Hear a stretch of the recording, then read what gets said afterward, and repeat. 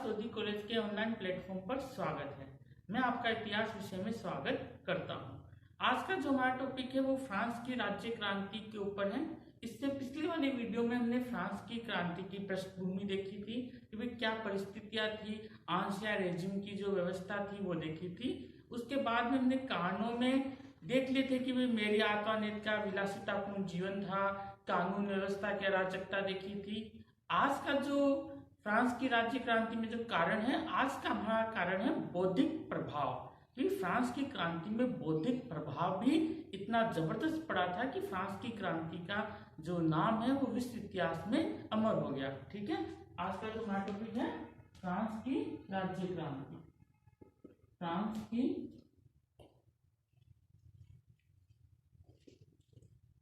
राज्य क्रांति। इसमें कारण चल रहे थे बीए पार्ट थर्ड ईयर का टॉपिक है ये, सेकेंड पेपर का। ठीक है, इसके जो कारण में बौद्धिक प्रभाव का है। ठीक है, बौद्धिक प्रभाव। फ्रांस की क्रांति में बौद्धिक बुद्धिजीवियों का, दार्शनिकों का बहुत बड़ा प्रभाव पड़ा था। यहाँ तक कि जो वहाँ का लुई 16वां था वो कहता था कि वाल्टेर और रूसो ने सारा कबाड़ा बिगाड़ दिया फ्रांस का। और नेपोलियन कहता था कि रूसो नहीं होता तो फ्रांस की राज्य क्रांति नहीं होती। तो आप सोच सकते हो कि दार्शनिकों का कितना जबरदस्त प्रभाव फ्रांस की क्रांति पे पड़ा था। इसमें जो पहले दार्शनिक थे वो मॉन्टेस्क्यू थे। कौन से थे? मॉन्टेस्क्यू। इन्होंने किताब लिखी थी the Spirit of Laws, the Spirit of Laws नियमावली की थी, जिसमें इन्होंने लोकतंत्र का शक्ति पृथक्करण का सिद्धांत दिया। लोकतंत्र का शक्ति के पृथक्करण का सिद्धांत इन्होंने दिया।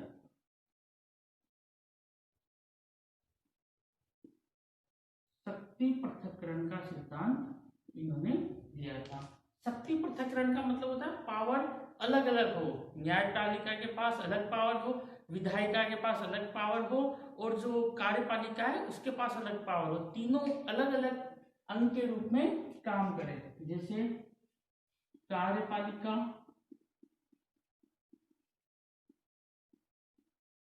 विधायिका, विधायिका नियम बनाने वाली और नियमों को इम्प्लीमेंट करने वाली कार्यपालिका, और न्यायपालिका।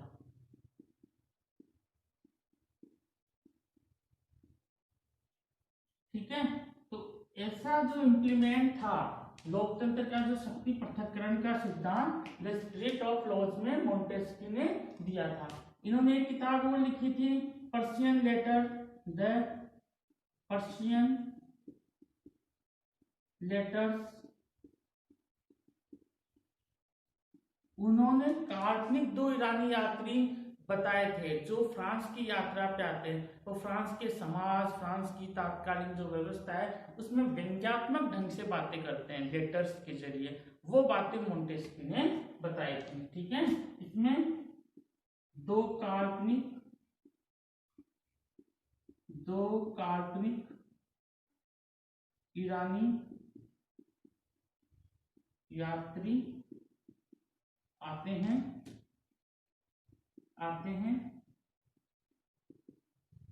जो फ्रांस की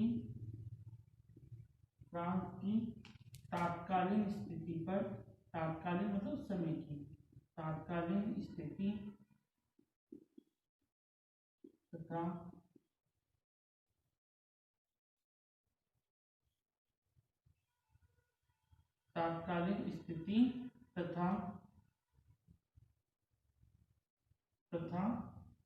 फ्रांस के समाज के ऊपर व्यंग्यात्मक लहजे में लेटर है, व्यंग्यात्मक लहजे में पत्र है। ठीक है, ये मॉन्टेस्क्यू बताता था ये बौद्धिक प्रभाव फ्रांस के लोगों पे पड़ा। फ्रांस को लोकतंत्र के बारे में पता चला, पर्सनल लेटर के बारे में व्यंग्यात्मक बातें बताई कि भाई किस समाज में रह रहे हो आप। ठीक है, तो ये मॉन्टेस्क्यू के ऊपर है। वॉल्टेयर के बारे में बताता हूँ, आप इसका स्क्रीनशॉट लीजिए।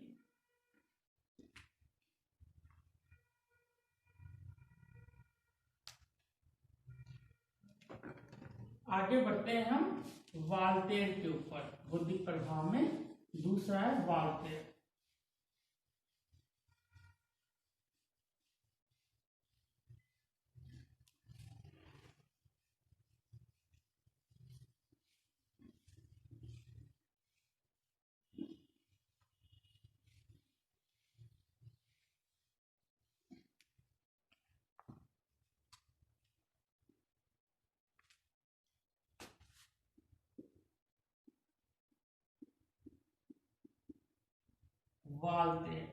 वॉल्टेयर जो बेसिकली नास्तिक व्यक्ति था, ये ईश्वर और चर्च बाइबल को नहीं मानता था। ये कहता था कि दुनिया में एक ईसाई था, उसे भी लोगों ने सूली पे चढ़ा दिया। ठीक है, नास्तिक व्यक्ति था। नास्तिक व्यक्ति, इसका नास्तिक व्यक्ति का मतलब ये नहीं था कि ये भगवान को नहीं मानता था, लेकिन ये कहता था कि भगवान नाम की एक शक्ति होनी चाहिए, यदि नहीं है तो इंसान को बनानी चाहिए। ठीक है, ऐसा ये कहता था। ठीक है, बाइबल और चर्च को ये नहीं मानता था। बाइबल के पाखंड और चर्च के पाखंड को वो गलत बोलता था। बाइबल में चर्च को नहीं मानता था,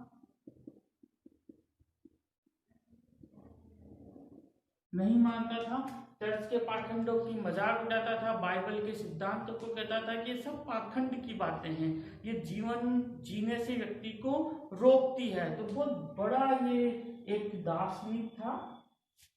इसने कहा था कि भाई मैं चूहों से शासित होने की बजाय एक सिंह से शासित होना पसंद करूंगा।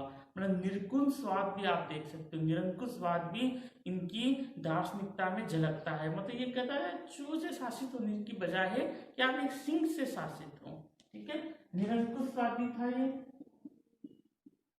निरंकुशवादी। लोकतंत्र का बहुत बड़ा समर्थक था, लोकतंत्र समर्थक। मानवीय अधिकारों का समर्थक था, मानवीय अधिकारों का समर्थक था।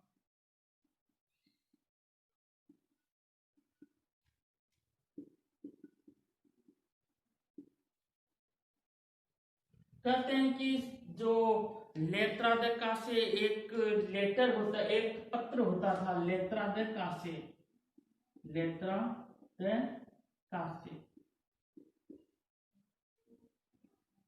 ये न्यायिक व्यवस्था में होता था ये पत्र। इसमें क्या होता था कि जगह खाली होती थी और राजा की मोहर लगी हुई होती थी उस लेटर पे। किसी का भी नाम लिख के उसको गिरफ्तार किया जा सकता था। मतलब आप अराजकता की हद देखो कि लेटर तैयार है, लेटर किसी को भी दे देते थे, अपने चाहने वाले को, किसी को भी। पादरी थे, कुलीन वर्ग थे, इनके पास ऐसे लेटर भरे पड़े थे। जो भी इनके खिलाफ जाता था उसका नाम ऊपर लिख लेते थे और मोहर लगी होती थी राजा की। तो लेत्रा दे कासे था एक तरीका का गिरफ्तारी वारंट होता था। ये एक वारंट था, गिरफ्तारी, जिसमें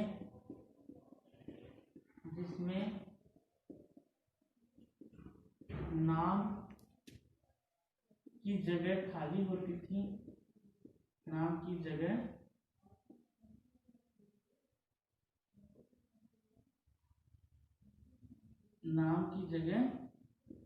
खाली होती थी और राजा की मोहर लगी हुई होती थी। और पत्र में राजा की मोहर लगी होती थी, मोहर लगी होती थी। पत्र में राजा की मोहर लगी होती थी और किसी को भी इसका यूज करना होता था, वो खाली जगह पे उस व्यक्ति का नाम लिख लेता था, उसे गिरफ्तार करवा देता था। इस लेट्रा दे कासे में वाल्टेर को भी गिरफ्तार किया गया था, इसलिए मैंने ये चीज बताई। वाल्टेर को भी गिरफ्तार किया गया था क्योंकि लग रहा था लोगों को कि राजा सत्ता और जो प्रशासन है उनके खिलाफ प्रचार कर रहा है। वहां पे जेल में उनको कलम दवात और जो पत्र था वो नहीं दिया गया था, तो कहते हैं कि उन्होंने जो कांच के टुकड़े थे उससे जो पत्र था उस पे उन्होंने अपनी कविताएं लिखी थी। मतलब आप देख सकते हो कि पढ़ाई और लेखन का कितना बड़ा जुनून वाल्टेर में था। ठीक है, इन्होंने एक बहुत बड़ा स्टेटमेंट दिया था जो अभी भी कई अखबारों में आता है। राजस्थान पत्रिका में आप संपादकीय पृष्ठ देखोगे, उसमें वो स्टेटमेंट मिलेगा कि हो सकता है मैं आपके विचारों से सहमत ना हूं, लेकिन आपके विचार प्रकट करने के अधिकारों की रक्षा करूंगा या अपने प्राण भी दे सकता हूं उन अधिकारों के लिए। वो कहता था कि लोकतंत्र में आप हो सकता है किसी का समर्थन ना करें, किसी का समर्थन आप करें, लेकिन कम से कम अपोज करने का, विरोध करने का अधिकार आपके पास हमेशा होना चाहिए। यदि विरोध करने का अधिकार आपके पास नहीं है तो आप लोकतंत्र में नहीं जी रहे हो, आप असली लोकतंत्र के सिद्धांतों को नहीं मान रहे हो। आज भी ये जो वाक्य है वाल्टेर का, ये अपने आप में लोकतंत्र की परिभाषा है, संपूर्ण परिभाषा है। ठीक है, इसमें कहा था वाल्टेर ने, हो सकता है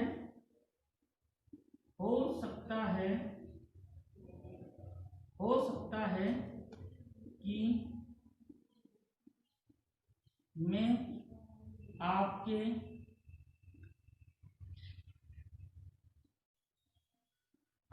विचारों से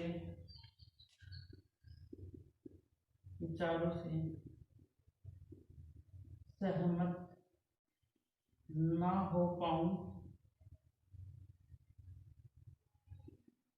हो सकता है मैं आपके विचारों से सहमत ना हो पाऊं, लेकिन आपके विचार प्रकट करने के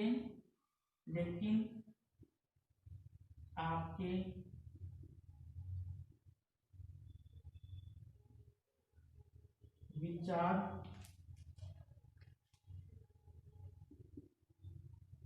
प्रकट करने के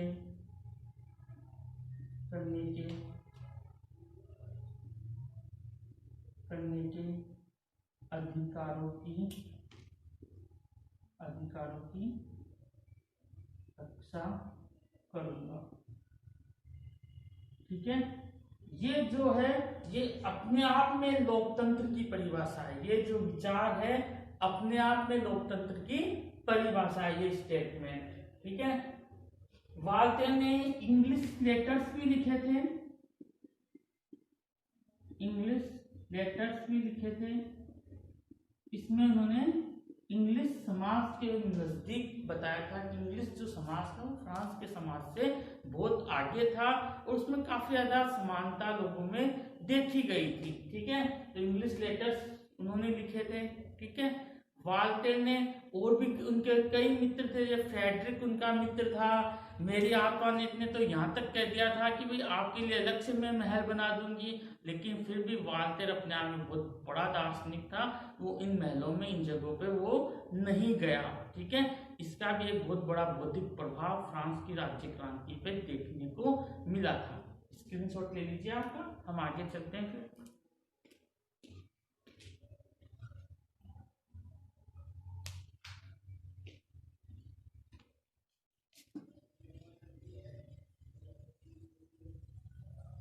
एक बहुत बड़ा दार्शनिक है रूसो। कहते हैं यदि रूसो नहीं होता तो फ्रांस की क्रांति नहीं होती। ठीक है,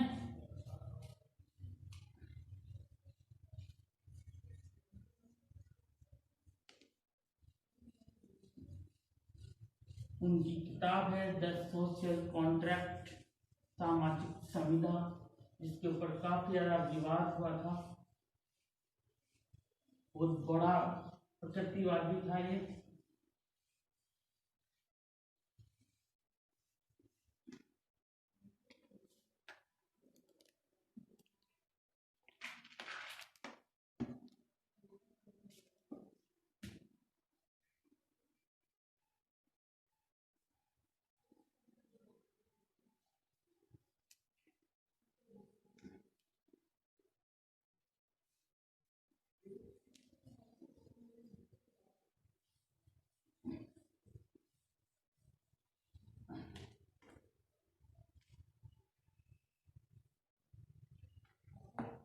अगला है बौद्धिक प्रभाव में रूसो।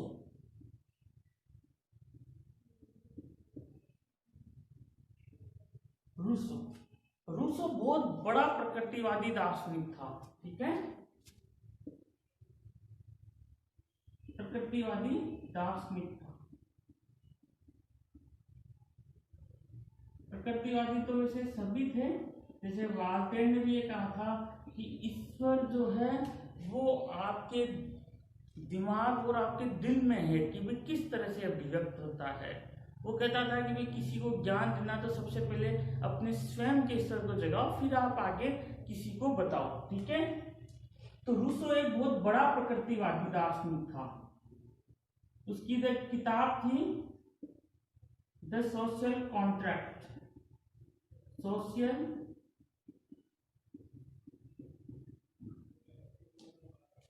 कॉन्ट्रैक्ट,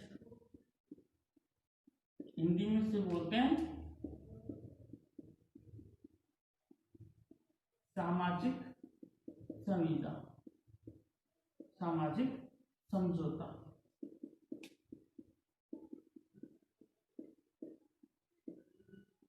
ठीक है, इसमें एक स्टेटमेंट दिया था कि मनुष्य जो पैदा हुआ है स्वतंत्र हुआ है, उसके बाद में वो जंजीरों से जकड़ा हुआ है। ठीक है, मनुष्य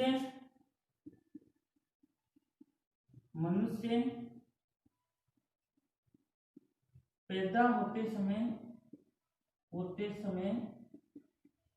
स्वतंत्र था,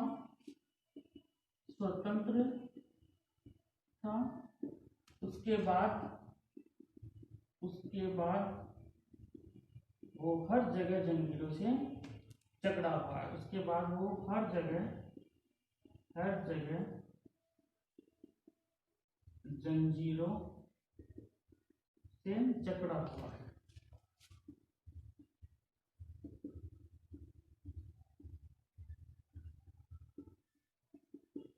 इसके बारे में नेपोलियन ने कहा था यदि रूसो नहीं होता तो फ्रांस की क्रांति नहीं होती। ठीक है,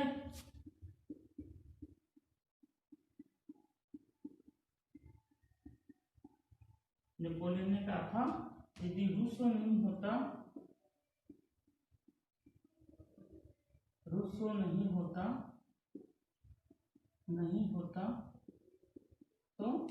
फ्रांस की क्रांति नहीं होती, फ्रांस की क्रांति नहीं होती। रॉब्सपियर जिसका बहुत बड़ा रोल था फ्रांस की क्रांति में, उसको सोशल कॉन्ट्रैक्ट कंठस्थ थी, यहां तक कि रॉब्सपियर उसे अपने पास लेके सोता था। ठीक है, रॉब्सपियर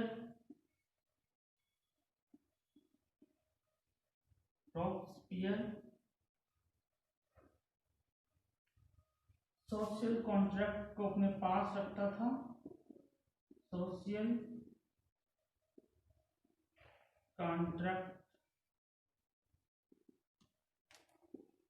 कॉन्ट्रैक्ट को पूरी तरह कंठस्थ किया हुआ था, पूरी तरह कंठस्थ किया हुआ।